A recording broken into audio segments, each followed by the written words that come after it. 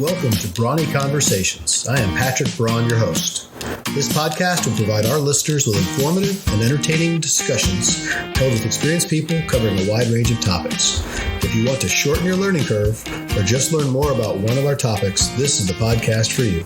Enjoy our discussion. We have two very special guests today. First, we have a returning guest, Jennifer Horstmann. She is the U.S. team manager for Kiwami Racing Team, and she has been a youth and junior triathlon coach for 2 years. She was a college soccer player and is an avid participant and competitor in all types of endurance sports activities. She is also a recent convert to CrossFit. I also encourage you to go back and listen to Jennifer's previous episode on the Brawny Conversations podcast. Our additional guest today is Meagan Davis. She has a love and passion for working with kids, helping them get and stay active, and finding fun ways for them to do so. With 20 years of fitness, nutrition, and multisport background, she brings knowledge and fun together to help young athletes excel in the sport and develop skills they can use for life. Meagan enjoys working with young athletes and finding ways to make it fun, exciting, and challenging to help them achieve their goals. She is a former college soccer player and is a USAT certified coach at the youth, junior, and 1 and 2 levels. There is exciting news with the USAT Youth and Junior Nationals in 23. Today we'll begin discussing this as well as providing insights into the world of youth and junior triathlon. Ladies, welcome to the Brawny Conversations podcast. And I have to start this out. You both played college soccer. I'm wondering if that's where your friendship began. And if not, how did you meet? It's really unbelievable that I had absolutely no clue that she played college soccer also. And I probably crossed paths with her at some point during all of that. And I didn't know it. I got lucky and joined the Kiwami Racing Team, and she's our awesome manager. So we've got to know each other over, I guess, the past year and a half. Mm-hmm. And we finally got to meet in person at Youth and Junior Nationals this past year. Wow. Let's dive into this college soccer thing just for a second. So, Meagan, where did you play and what position did you play? I was at Stephen F. Austin in Nacogdoches, Texas, right? Yep, Nowhere. Beautiful place, though. Beautiful place. It's so pretty, so pretty. Gorgeous biking, too. It's hilly there. It is. I played midfield there. I only played my freshman year. And, midfield. I love it. Very good. Were you better on the offensive side or the defensive side? I would probably say defensive. I was actually defensive player in high school, and then they switched me to midfield in college. Because you like to run a lot. The coach thought so, I think. I love it. That's good. Hey, Jen, I've got to ask you because remind me where you played, but also tell me about your position and what you did in soccer. Well, this is interesting, learning about Meagan's soccer as well. So this is funny. So we both graduated high school, it looks like in 1998. And so I'm wondering if Meagan did any Olympic development soccer on the South Texas ODP team. So I did a little bit. I was actually from East Texas. So we did a little bit, but we didn't have a whole lot of opportunity in East Texas. I actually played played soccer in Dallas for club. So okay. What year team were you on? Okay, so 80 or 81? I would have been 80. So I grew up in El Paso, Texas, and I played on the South Texas ODP team, but I was also on a team in Austin, Texas. And so it was Austin Thunder. And so I don't know if we maybe played against each other, you and Dallas and me in Austin. I think we we probably crossed paths on the soccer field maybe, but it sounds like we never played together. And then I went to Illinois State University to play soccer, and I played goalie. So. Oh, you're a brave one. I did that for 4 years. That is so awesome. I'm glad to be able to connect you guys on your soccer. Funny. Yeah. And then, like she said, we met in Cincinnati for the Youth and Junior Triathlon Nationals just last summer. We met in person. So, yeah. Fantastic. That's so cool that you guys have the same background. Didn't even know it. Yeah. That's funny. Yeah. Once an athlete and competitor, always an athlete and competitor. And you got to find ways to, channel all that energy and interest as you get older. And obviously you guys both chose the endurance sports world. And we're going to talk about more about that today. What I'd like to know is how each of you became interested and involved in, our topic for today, which is USA Triathlon for youth and juniors. I guess my interest started in college. Like I mentioned, I only played my first year of college for soccer. Once I was done with that, I kind of was just trying to find something to do to stay active. We started in adventure racing, and so that kind of gave me the feeling that I wanted to do triathlon, only I was not a swimmer. So that was the big part that I had to work on. But I had seen all the Kona stuff, and so there was a little bit of a pull towards that. Now, when you say adventure racing, are you talking about the multi-day, go up in the mountains and across the rivers and all that kind of stuff? So I was much more of like the 2 to 4 hour kind of adventure racing, but it was mountain biking, trail running. A lot of times it was either kayaking or canoeing. So that kind of took the place of the swim. Got it. And we just mostly kind of did Austin area stuff. Okay, well, you're going to have to dive in to tell us about the learning to swim experience, because that's an interesting transition. Okay, very good. So. Jen, how about you? So after college, I continued to play soccer for a few more years. And then finally, I started getting slower, and the kids that were coming up into soccer were getting faster. And so I, like Meagan, was looking for something different to get into, and what could I do? And so some coworkers at the time from my customer accounts got me into doing triathlons. And that was back in 2010. And then I only started getting into youth and junior triathlons in 2020 when COVID hit us in 2020, I was already interested in becoming a coach. And then what was hard was to become a coach through USA Triathlon. You had to go to Milwaukee, or you had to go to Austin or somewhere to become certified. And that made it hard because I was already traveling so much for triathlons. Traveling for a certification was too hard. So 2020 hit, and they made the certification virtual. And so I was able to become a coach online. And so that helped. And I became a youth and junior coach in 2021. And that's when my program started. And a lot of my kids are maybe 6 to 10-year-olds. And I have a few that are above 10-year-olds. So I just recently got into youth and juniors. Okay. Well, that's a great example of one of the good things that came out of COVID. Mm-hmm. Right. Yeah. That remote certification process with benefit. That's fantastic. Yeah.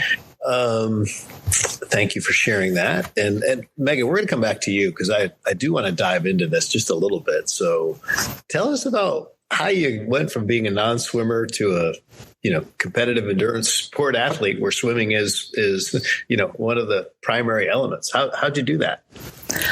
I will say that that is still a work in progress. I did 1 year of summer swim back in 5th grade. So that was really the only swim experience I had before. I think in 2006, I signed up for a race, decided I was just going to do it. I learned very quickly that if you do not train for the swim, it can be a very long day. It was a sprint distance race, but I ended up breaststroking the majority of the race just because I didn't really know what I was doing or what I was getting into. I think it was 750 meters of breaststroking and side stroking. So I progressively kind of started working on trying to become a swimmer after that. So it's still a work in progress, though. Well, if, I can relate completely to that. And I have trained extensively and can swim 2.5, 3 miles freestyle, no problem at all. But Ironman Arizona in November, I swam 2.2 miles in the backstroke in 55-degree water. Oh my goodness! Oh my god! I don't even practice the backstroke, so yes, I can relate. It's swimming is an interesting endeavor because you can't breathe in that environment, so you got to figure it out. So, love it. Okay, let's. With USAT, the national championships for youth and junior, the big change in 23, and that's really the purpose of the podcast today. Talk a little bit, ladies, about what it was like, up through 22, and then what's changing and what will it be like in 23. I know for us, we started going to nationals, I think maybe 2017. We've been probably 4 times, I think. With COVID, there was a gap and everything. So we've only been to races in Ohio. It's been the same location, same format and everything for each one of our experiences there. And it's amazing. I always tell all of our athletes, if they have an opportunity, go. We love the course. So ask what is the distance that they do? So it depends on the age. The 7 to 10-year-old race age is 100-meter swim, a 5K bike, and I believe a 1K run. And then it doubles for the 11 to 12-year-olds. And then recently they changed the 13 to 15-year-olds a little bit, and their swim was a little bit longer. I think more trying to kind of bridge the gap between the regular age group youth and switching to draft legal, kind of trying to bridge that swim distance and everything. Okay. But the majority of the kids are swimming that like 100 meters or 200 meters, depending on age. Okay. Very good. And so what's going to happen? So in the past, it was all in Ohio. So what's going to happen that's different in 23? So this year we get to join in with the adult nationals. So the sprint nationals, I think they have an open water swim race and a couple of other things going on too, but it's going to be like a big multisport festival weekend type thing this year instead of it just being youth and juniors. Okay. Same location in Ohio? Milwaukee. Yeah, they switched it to Milwaukee. Milwaukee has hosted the adult distance nationals for a few years. So now we're moving over with them. Okay. Wow. Well, it makes a lot of sense because, multisport tends to evolve in families. And so it could be an opportunity for families to participate together, which is pretty cool. I think they're definitely looking, hoping to have less setup and breakdown because before it was back-to-back weekends. So they're setting up and racing one weekend for youth and junior. And then the very next weekend, usually, I believe, was the adult races. So it'll hopefully simplify it. Yeah. I think it'll be fun for the kids also, right? Being able that big environment, competing on the same course as the adults. Obviously, probably different distances, but that could be very exciting for the kids as well. Have you received any feedback from the youth athletes that you're training? Are they excited about it? We have a few that are excited, more our junior age athletes, because it gives them the opportunity to potentially race multiple times during the weekend. If they are a junior, so the 16 and ups that are racing draft legal style, they can race on Friday in their national elite division.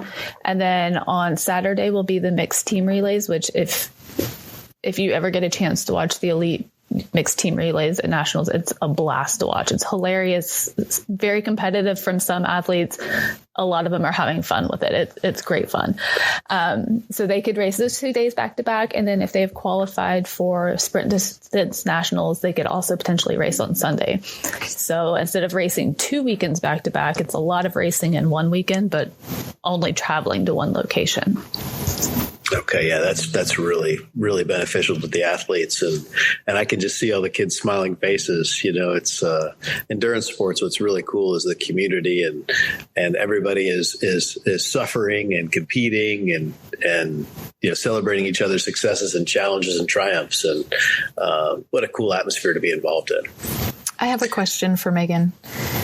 Yeah, on that, because you said Friday in the elite, Saturday in the mixed team relays, and then Sunday in the sprint for 16 and ups. So for the Sunday sprint, do you mean that that's the sprint triathlon for and with the adults? Right. So I believe there's a 15 to 18-year-old age group in there. So they can qualify, I believe, for worlds through there. So I think that was some of the planning that went into it, I believe, was so that they could still race that race as well. Got it. Okay, that's awesome. Very cool. Yeah, that's good to know. Thank you. So how does a youth or junior triathlete qualify to be able to participate at the U.S. Championships? So the really cool thing for the kids is they don't have to qualify in any way, shape, or form if they're wanting to just race the youth age group. So all athletes 7 to 18, as long as they have their USAT membership, they're eligible to race. Should they want to race? That's awesome. It's fantastic because it brings a lot of families in. It also allows people who have kids that may be on the very high performing level in the youth and junior elite racing. Those kids do have to qualify for the draft legal racing, but if they have younger siblings, they can just sign up and race. The youth and juniors do have to go through a qualification process. So there's 4 races in a series, and there's allocation spots at each one of those races, depending on how you finish. They do roll down. So if you're in one of the later races and some kids above you have already qualified, then those spots will roll down a little bit. But you just have to qualify at one of those races. Okay, that's really awesome. I love it. It's basically an inclusion policy and getting more people involved in the sport, which, as we all know, it's such a healthy, positive environment and lifestyle that can just improve the quality of your life, whether you're 8 or whether you're 88. So that's exciting. That's really cool. If someone's interested in trying to find out more about these youth and junior nationals, where's the best resource to go to? I'm assuming there's a website of some sort. I know the place that we send all of our parents to is the USAT website, and then they do actually have a section where it's got information on nationals, and so they can just kind of click on there. There's information on how to register and what the different age groups and everything are. Okay, fantastic. Perfect. Thank you for sharing that. Okay, so getting back to you two, you both have a passion for youth sports and training. Where did this evolve for each of you? I know for me, it was just, I was coaching. My kids are now 13 and 15, but I was coaching them in soccer and basketball and t-ball and all of those types of things when they were younger. So I was also a preschool music and movement teacher. So I liked working with younger kids. I was comfortable with it, and I liked keeping them active. So once my kids showed interest in triathlon, that's kind of where the shift went. So for me, I'll go ahead and start with, I have 5 stepsons.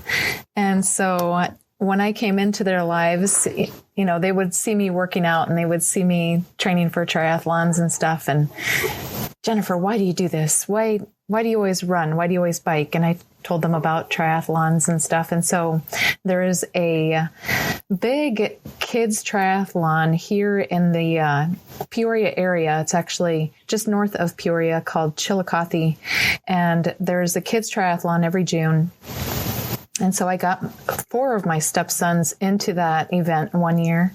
And so watching all of the little kids do a triathlon, it was just so much fun. It was so great to get out there and help them in transition area, watch them swim and then bike and then run, and the faces at their finish lines. And so it was just amazing. And so now that was probably about 5 or 6 years ago. And so then I tried to get my stepsons to do the triathlon.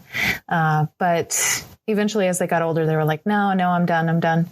And so then in talking with one of the triathlon race directors over in Bloomington, his name is Kevin McCarthy, and he runs the Tri-Shark Triathlon.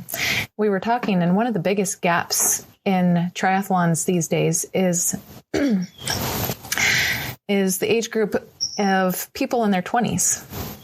And so I thought, well, the best thing that we could try to do is get kids into triathlons. That way, when they get older, they can say, oh, I've done a triathlon. I could go ahead and go do a triathlon when they get in their 20s or something like that. And so, then, that gets me into coaching in 2020 and all of that stuff. So that's how mine started. I just thought that if you teach them young, then eventually they'll want to do it when they get older, because they could say, oh, I've done that before. Meagan, specifically, you talked about how you got into adventure racing when you stopped playing soccer. And so I'm curious, really, how did you ultimately get into the triathlon training and racing segment of it? What was your interest and drew you there, Meagan? I think after the race in 2006, where I just kind of signed up, at that time I was working at a running store when we lived up in Virginia, and several of my coworkers were triathletes. And so they kind of talked me into finally just signing up for one. After that, I decided that I was probably going to need to have a little bit more training, but I wanted to race again and do better. I ended up having my son the next year. And so I took a little bit of a break. But when he was about 3, I think, he saw my husband race. And once he saw my husband race, he really, really wanted to get into it. We spent 2 years trying to find a race that he was old enough to do and that they had locally. We lucked into one, and he was immediately hooked. Him and his best friend at the time, actually still one of his really good friends, but they were hooked on it. So they started doing a couple of them, which oddly enough was what really motivated me to get back into it. So we started training them as a little duo and then turned into a trio after that. So then I started racing again, training a little bit more, and it kind of progressed from there. As I was learning how to coach them, I was learning how to coach myself a little bit more, instead of just signing up for a race and going out and trying to muscle through it. So that was really kind of how I moved into it, was doing one. And then once my kids started doing it, it was a big motivating factor, which oddly enough, I find to be the case a lot of times with parents on the team. We have a lot of kids that race, and their parents eventually sign up for a race and then do one. I've seen that also. It's really fun. I mean, the environment's fun, right? When you're out at a race, all the participants and the cheering, and you just want to be a part of it. And that's really cool. Thank you for sharing that. Both of you were beginners at one point in time in this, endurance sport triathlon world. What were some of the challenges each of you faced? And Meagan, obviously we know the fact that you didn't swim really was one, but what were the other challenges you guys faced? I mean, for me, in the training aspect, it was just trying to learn how to put it, like, I had always been coached my entire life. I was an athlete for somebody else, or, as a part of something else. So having to learn how to do things on my own, put together training plans, figure out what worked, learn that overtraining is a real thing. Learning that I can't muscle through everything, and that form is an important thing in all aspects of it. Those were kind of some of my big challenges. I learned a lot. Those are great. Those are great points. And I think that's something a lot of people who are athletes as they're younger, they're very driven, and very motivated, but maybe not necessarily take the time to learn the baby steps because they're so used to kind of either being good at something already. It's hard to step back and start from scratch again. So there was a lot of that. Those are great takes. It's, when you're trying to be really good at three very different disciplines, running, biking, swimming, it is a challenge. There's no doubt at all. And allocating the time and you coming from a team sport background, there's a coach, there's other players, there's accountability there. And you move into the multisport world, and really it's individual accountability and self-motivation. And, that's why ultimately one of the benefits of joining someone like Kwame Racing Team is you get this community that you can share and slog with. But at the end of the day, in your training sessions, you're pretty much on your own. So great points. Jen, how about you? Gosh, I think the challenges that I had as a beginner was trying to fit in training for all three, of course. And then time. Right. And time. Exactly. How do you fit in training for swim? How do you get in training for the bike and then the run? And so looking back now, I think this year is year 13 for me in triathlons. And I have finally gotten to the point of I'm good with being average at all three because that's where I'm at right now. And but all that really matters for me in this sport is just to have fun with my friends, so beautiful.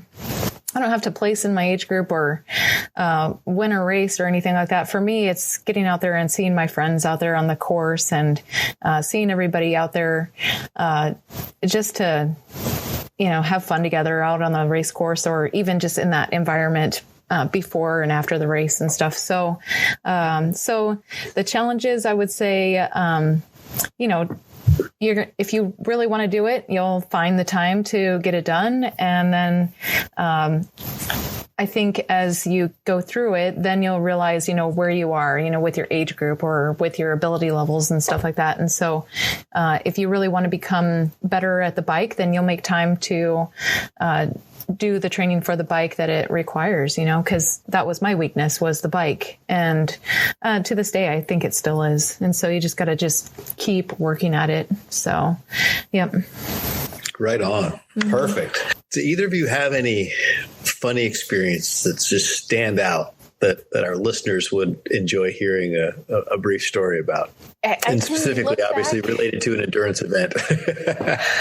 I can look back and laugh now. In the time, it was not funny, but I've only done one Ironman. I did Ironman Texas in 2019 and then swore I was never doing another one. And I'm signed up to do it again this year. Good. Fantastic. I got suckered into it, peer pressure. That happens. But yeah, I was riding on the bike course. All was going well. They had all of the volunteers holding out the Gatorade bottles. I had gotten very comfortable at taking nutrition as I was riding.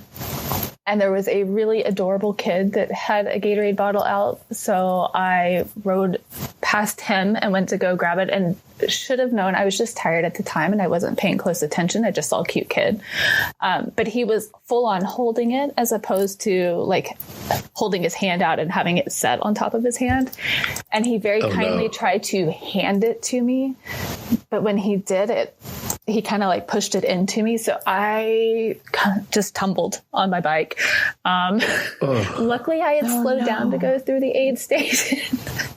But probably it slowed down to like 12 miles an hour or something like that. So it could have been significantly worse. But I popped up very quickly, pulled my bike over, just made sure everything was okay. And I started taking off again because lady tried to she's like, "Oh, grab medic." I said, no, I'm fine. She's like, "There's blood." I said, no, I'm fine. I knew I had adrenaline. I couldn't really feel anything yet. So I hopped back on the bike and took off. But I definitely learned the lesson that even when you're tired, pay attention and maybe go to the adult that's handing the water or the Gatorade. Yes. The lesson was learned. I pass that along to all of my adult athletes now that are racing. Make sure that you only take things from a palm as opposed to somebody full on holding it. Very good. Very good point. Yeah. Yes. Wow. Gosh. I still have a little. I'm trying to think of something. Oh no, I don't have anything to top that, really. Wow. Oh, wow. Goodness.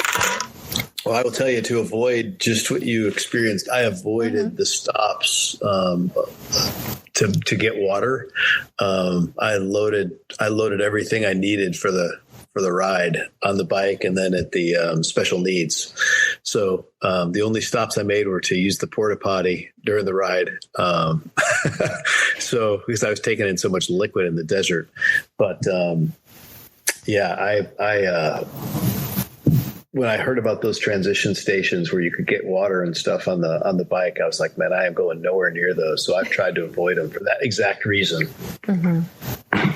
The rest of it was very smooth. That was a my fault thing. I wasn't clear enough. But now I will pay attention this time. Yes, the adrenaline probably was a nice add at that point in the race, right? To get a little spark. It helped so much because I made it probably another 15 miles before I realized that I was still hurting. Bleeding. Yeah. Oh my goodness. Wow. Okay. So, some of our listeners will be people that have never done a triathlon, haven't thought about it, and will go, why would anybody in their right mind decide to do this? And so it comes back down directly to the benefits that you've personally received from participating. So if you would, we'll start with you, Jennifer. What are some of the benefits you've gotten from, or you've received from your endurance sport training and competitions? I would say the first one is all of the friends that I've made from being in triathlon for about 13 years now. And so I just have, friends across the states, around the globe. Of course, a lot of them I only know virtually. I need to get out there and start traveling more to race more in other locations to meet more people. So I'd say my friends that I've made through this pursuit. And then the second one that I would say is traveling to those triathlons for these races. I've gotten to go to Maui for Xterra off-road triathlons, world championships. And then I've gotten to go to Penticton, Canada, for USAT off-road world champions. And then all over the place, across the states, from Ogden, Utah, Pelham, Alabama, places that I wouldn't have been normally, that I have just found beautiful. And even Lake Placid, New York, just all over. And so I'd say the benefits have been making all the friends that I've made, and then getting to travel across the country or globe for all of these triathlons and stuff. So I would say those as my top two. Great experiences and memories generated out of those trips. Right. Yeah. Mm-hmm. Very cool. Very cool. Meagan, how about you? I would definitely say the social end is a really big part of it. I have a great group of ladies that I train with. For most of my training, it's something I have been able to train for and do with my husband as well. So that's a lot of fun. Like right now we are in a master's group together. So that's our lunch day dates every day or every week. Oh, that's great. My kids make fun of us a little bit for it, but the mental end, the long training a lot of times is where I brainstorm when I'm running. I very rarely listen to music. I think things through or brainstorm. Kind of same thing, staring at the black line at the bottom of the pool. Sometimes I'll get in the zone and just be able to think things through. So I think mentally and emotionally, it kind of helps just process things. Health-wise, it's just been really good to give me something after soccer so that I have a focus. It forces me to stay at least somewhat in shape most of the time. I like that if I was just running, I don't think my knees would tolerate it. It's really good cross training. The water swimming, I feel so much better when I'm swimming, even though it's not my favorite and I'm not amazing at it, but it does a lot of amazing things for your body. And then it's just really cool that it's now something that my entire family does. We race and train together some, and with the youth team, it's really built the group that we have, the social end of it. And I like what it's done for my kids. I like that it's given them something that they're going to be able to do for the rest of their life if they want to. And they've made a bunch of really great friends through it. That's really good. That's a lot of benefits received there. And what I take away from that, it's really core to your lifestyle and with your family, which is awesome, because we all know as families grow and everyone gets older, it's more and more difficult to spend quality time together doing active things. But really, there's only a few things that you can do throughout all your ages, and literally triathlon is one of those things that you can do from being very young to being extremely old. So it's neat that you're doing that, and hopefully your family continue to do that together for many, many years. That's really awesome. Well, and despite me saying that this is my last Ironman, I probably will agree to do at least one more once both of my kids are old enough to do it with me. So maybe there's one more in the tank after this one. What a cool experience that would be. Awesome. For sure. For sure. That's awesome. Well, so, what advice do you guys have for the person that is listening to this and says, man, that would be really cool, but I wouldn't even know where to start? What suggestions would you have for them to get started in this sport of endurance training and triathlon competitions? I would say find a small local race. I love supporting the local race directors. And I feel like the races are a little bit less intimidating because they're usually smaller. And find one of those, sign up for it, find a friend, a group, a coach, some kind of social supportive network that can help motivate you to train, but then also can help on any of the weak links that you might have. Lots of coaches put on first timer clinics or different things like that, which are really good resources. Mm-hmm. I was going to say the exact same thing. Just, we have some local races here in the central Illinois area. Go ahead and just sign up for it. I know that sounds, it's easier to say than do. So, but sign up for it. That way you have the motivation to train for it. And then along the way, as you train for it, it's likely that you'll meet somebody at the pool or at the bike shop or maybe in a running group that has done a triathlon before that can connect you to other triathletes also. So that way you can meet other triathletes or even a triathlon club in case you just don't even know where to start or who to ask, So just sign up for it. And then along the way, the journey is where you'll meet people along the way to connect you with others that have done triathlons also. Fantastic advice, both of you. And I'm going to add on, since I just did this journey myself, basically start small. Start small. Your goal may be to complete a full distance Ironman event, but start small. And, in my case, I basically planned for 15 months. And I started initially and I was walking and swimming and biking a little bit. And that progressed. I put myself on a 9-month training program and then completed Ironman Texas Ironman 70.3 Texas in Galveston after training for 9 months. And, not a competitive age grouper, but had a great time and had no problems finishing at all and enjoyed the experience. And then signed up for Ironman Arizona with a 6-month training schedule and did the same thing. Finished, didn't set any records, but felt great, smiled, made a lot of friends, and enjoyed the whole process. And it's amazing for those of you who are listening that you could be a non-runner, bicyclist, non-swimmer, but in a period of 15 to 18 months, you can literally go out and swim 2.4 miles, bike 112, and run 26.2, and do it all consecutively and feel great. But it's the consistency and starting small and allowing your body to adapt and grow over that period of time. And you follow a structured training program. So that would be my advice. And for me, I've enjoyed the process, and it's fun to get involved. The community's a blast. And if you can connect with people, they're out there. Your neighbors are out, training for triathlons. You just might not know it. And definitely something to jump in and try. There's a lot of benefits. Okay. If both of you could go back to your 18-year-old selves and give some advice, what would it be? And Jen, we'll start with you, and then we'll go to Meagan. Let's see.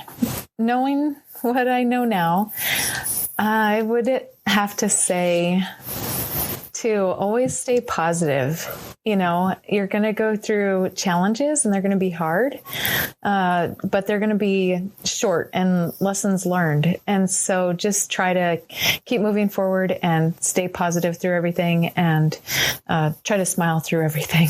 That's what I would say to my 18-year-old self. I love that. Meagan, how about you? One of the things that I know it sounds like the triathlon is all my family does. There is a lot of that, but one of the things that I kind of remind my kids all the time, because it's something that I needed to know when I was 18, was that you are more than your sport. It was kind of one of those things. I had always been a soccer player. And then once I was no longer a soccer player, is kind of having to refine myself and realizing that you are more than just that one facet of your life. So the really cool thing I think about what they're doing is they've got a whole lot of different things going on. And I think that's an important thing for especially athletes, all youth athletes, to know as they're hitting that age of where they're kind of starting to age out of whatever they've been doing their whole life. Great perspective there. And that's an absolute truth. So thank you for sharing that. Okay. We started out this conversation today on USA Triathlon for Youth and Juniors. What would you like our listeners to take away from this conversation related to the changes happening in 23? I think if you're an adult who's already racing triathlon and you plan on being at nationals, you got to sign your kid up for it as well, even if they've not been currently racing. I think it's a really good opportunity for parents and kids alike to kind of all do it in the same weekend. It's a really good activity for kids who either get bored easy or have a lot of energy, kids that like to play on their bikes. So I think it's just a really good option. I agree with that. Yeah. And Meagan mentioned it earlier, if the kids are doing it, you'll eventually see the parents get into it. And so when I started coaching kids in 21, it was amazing, the adult group that I had in 22. And so, get your kids into it, and it'll just be amazing how everything kind of transforms and how much you learn about triathlons.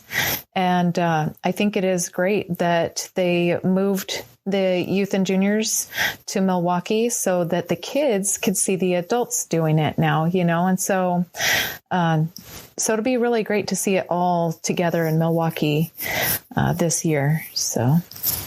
Fantastic. I love it. And that part of the country is spectacular. Mm-hmm. And the warmer months, and Milwaukee's got a lot of fun things going on there. So nice place to visit and be a great family activity. So you guys are right on point there. Thank you. Okay, we're going to transition. Oh, yeah, go ahead. I was going to say, if anybody is there at that race and you have the opportunity and you've never seen the youth and junior draft legal racing before, it's Olympic style racing where they ride in packs. They all start in the water, or they all start on the swim at the same time. It's exciting, fast, and really cool because it's so drastically different from the way we race typically as adults. But it's a blast to watch, and it's really fun for the younger kids to get to watch it. I remember when the kids were 7, 8, 9 years old, getting to watch these older kids race at that level, and just the amazement on their faces and watching these kids fly by on the bike. So highly recommend watching if somebody's around during that time. Wow. It's so strange for me to hear draft legal, but that's becoming a thing now. And it would be fascinating to watch, because watching bike racing where drafting is core to the discipline. It's interesting to see that potentially is, or it actually is becoming part of triathlon in some aspects now. So very cool. That would be fun to watch. For sure. Okay, we're going to transition now as we get ready to wrap the call into the rapid fire brains and brawn segment, where I'm obviously the brawn because that's my name, and you ladies are the brains. So I'm going to ask 5 questions, and the way we'll do this is we'll have Meagan answer first, and Jen, you follow Meagan, and we'll do that for each question. So first question, what's your favorite movie? Oh, this is hard because I'm not good at sitting through movies. We have watched the Marvel movies, all of them with the kids, though, and I actually paid attention to all of them. So probably the Marvel movies. All right. Perfect. Jen? That's really great because I love all of the Marvel movies also. And so I'm anxious for more of them. Yeah. The last time I did this, I said Pretty Woman, I think. So another top 5 would be Shawshank Redemption, though, also. Oh, very good. I think you two are cousins, by the way. Okay. Meagan, what's your greatest accomplishment? Probably my Ironman Texas racing wise was because swimming that far just seemed like such a big obstacle. So racing wise would be Ironman Texas. As personal, I would say probably being able to coach as a career now. Love it. Great. Jen? Very good. Yeah, I could say the same thing. Yeah. The Ironmans that I have done, whether, I've completed 4 and didn't finish 1, but either way, it's a great accomplishment and just getting to the start line. So yeah, I'm really happy about all those.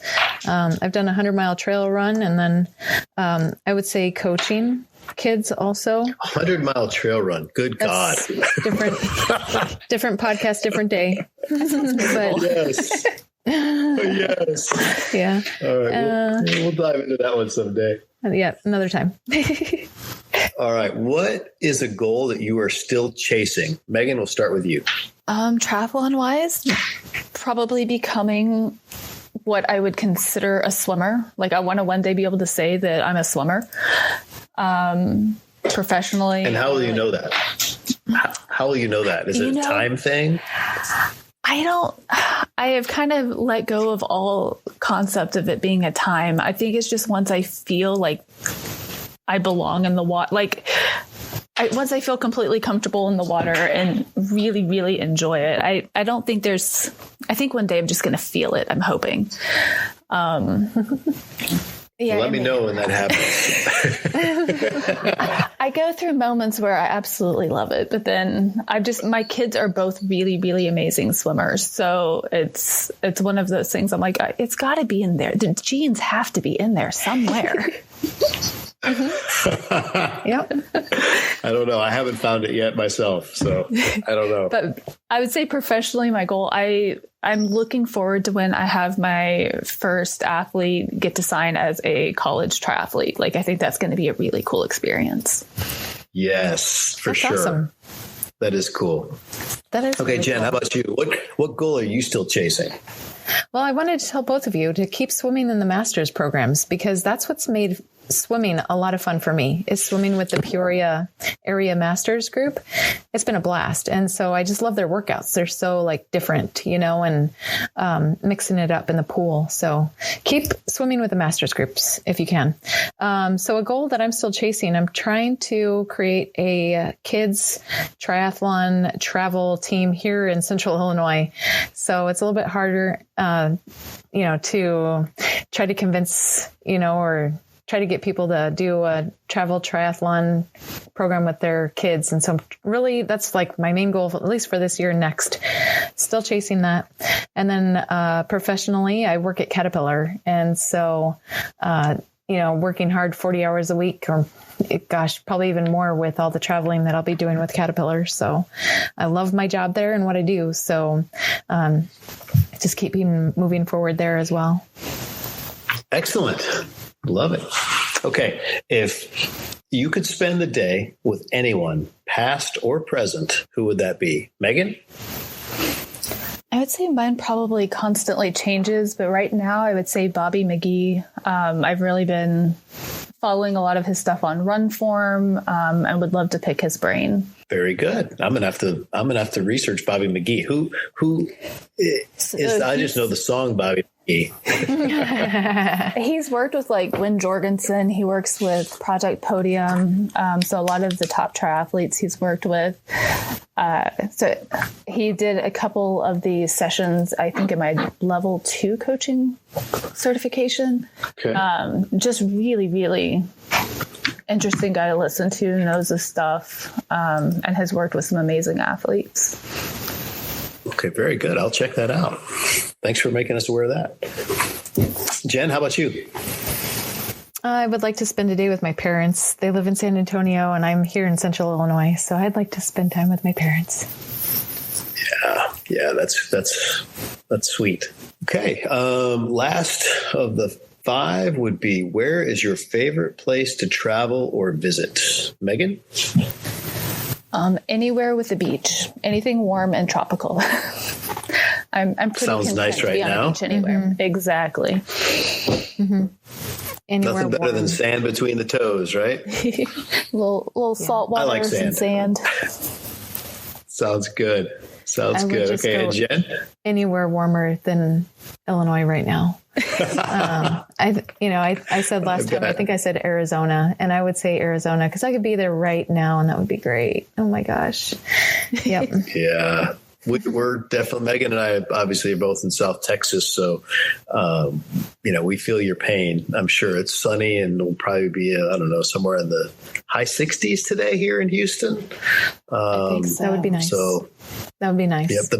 The downside is I'm looking out my window and I see my grasses now turning green again. It needs to be mowed this weekend. So that's the downside. Oh my gosh. Imagine. It was mid-80s on Monday. I got sunburned. Oh my gosh. I just got a fresh layer of snow today, you guys. I'm going to go visit you. Yep. Yeah.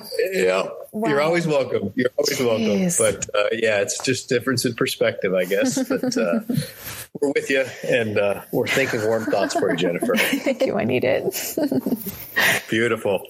All right. Well, before I give our closing comments, do you guys have any final thoughts for our listeners? Anything you want to convey beyond what we've already talked about? No, I'm pretty well sticking with, if you haven't given triathlon a try, definitely do it, and get your kids involved. It really is a lot of fun, great for kids with lots of energy, and it's a really balanced way to keep them active instead of specializing so early. Like most of our athletes play multiple sports on top of being in this as a multi-sport. Very well said. Fantastic. Yep. Fantastic. That's a great way to close it out. Mm-hmm. And I want to thank you again for this memorable conversation. I appreciate your insights, and I'm sure our listeners will as well. If any of our listeners would like to connect with you, what are the best ways to do so? Meagan, what would be the best ways for any of our listeners to connect with you? So we're fairly active on Instagram, and check the DMs there. It's at Fury Tri Team, Fury. It gets spelled wrong a lot. And then we're on Facebook, same thing, Fury Tri Team, or furytriteam@gmail.com. Very good. Thank you. And Jennifer, how about you? Awesome. Well, I can just say to contact or reach out to me on Facebook, Jennifer Horstmann on Facebook. Very good. And they could also probably reach out to you at the Kiwami Racing Team page on Facebook as well, correct? That group is the private group for the Kiwami race team. Oh, gotcha. Well, maybe they want to join. Yes. All right. Well, ladies, thank you so much. That's a wrap for today's Brawny Conversations podcast. Special thanks to our guests, Jennifer Horstmann and Meagan Davis. I also want to thank each of you for choosing to listen to this podcast. New episodes are posted each month, so please remember to follow us and let us help you shorten your learning curve. Have a great day, everyone. You have been listening to the Brawny Conversations podcast. Thank you for choosing to spend time with us today, and please subscribe to the podcast to receive our latest episodes and give us a follow on social media. New episodes are now in production, and we can't wait to share them with you. Pursue your passions and help others along the way. Have a great day, and thank you for listening.